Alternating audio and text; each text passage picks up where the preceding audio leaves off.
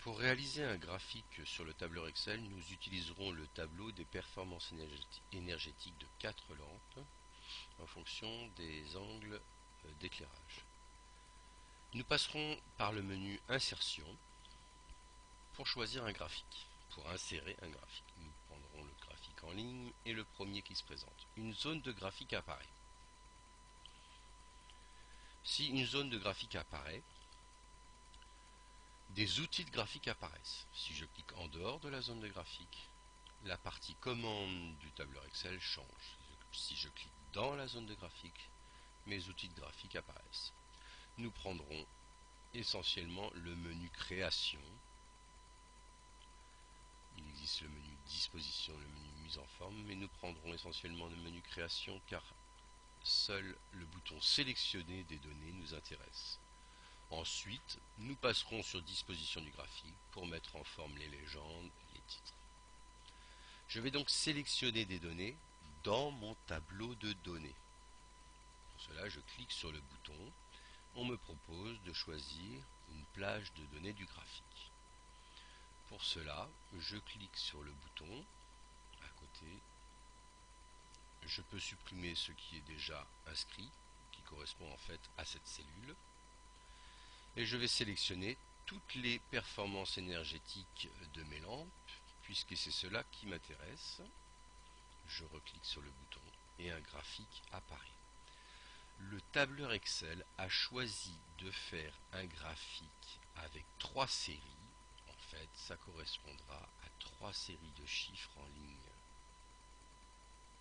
Comme un tableau est à double entrée, nous aurions pu faire un graphique avec 4 séries de chiffres en colonne. Pour cela, il suffit de cliquer sur ce bouton changer de ligne ou de colonne. Pour notre exemple, nous réaliserons les deux graphiques. Nous revenons au précédent. Nous avons donc 3 séries de chiffres. Je vais changer le nom de ces séries qui correspondent aux légendes, entrées de légendes. Pour modifier les séries, je clique sur le bouton modifier. En fait, la série 1 correspond aux angles 0. OK. La série 2 modifiée correspond aux séries de chiffres pour les angles à 35 degrés. OK, 35. Et la série 3 modifiée. Alors j'aurais pu taper angle 65 par exemple. Voilà. Maintenant, je vais modifier les étiquettes de l'axe horizontal, le 1, le 2, le 3, le 4, qui correspondent aux abscisses. Pour cela, je clique une fois sur modifier et là je prends le nom des 4 lampes, puisque ça correspond au nom des 4 lampes. OK. Mon graphique est terminé. OK. J'ai donc réalisé quel type de graphique? J'ai réalisé le graphique de l'efficacité énergétique, ces chiffres-là, en ordonnée, en Y, en fonction des lampes, en abscisse, les 4 lampes, pour 3 angles d'éclairage, en légende, les 3 angles d'éclairage. Premier graphique terminé.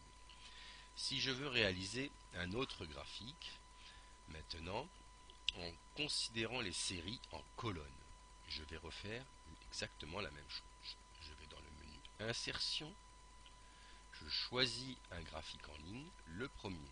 J'ai ma zone de graphique. Dans le menu Création, je vais sélectionner des données, les mêmes, toutes les performances énergétiques. OK. Il me retrace mes 3 courbes de séries en ligne.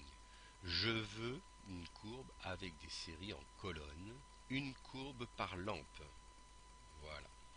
Je vais donc maintenant modifier mes légendes, série 1, 2, 3, 4, série 1, 2, 3, 4, qui correspondent en fait à incandescence, halogène, fluo et LED. Je fais modifier. Donc série 1, je clique dans incandescence. OK. Série 2, ça correspond à halogène. OK.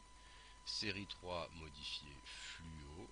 OK. Et série 4, modifié LED. OK.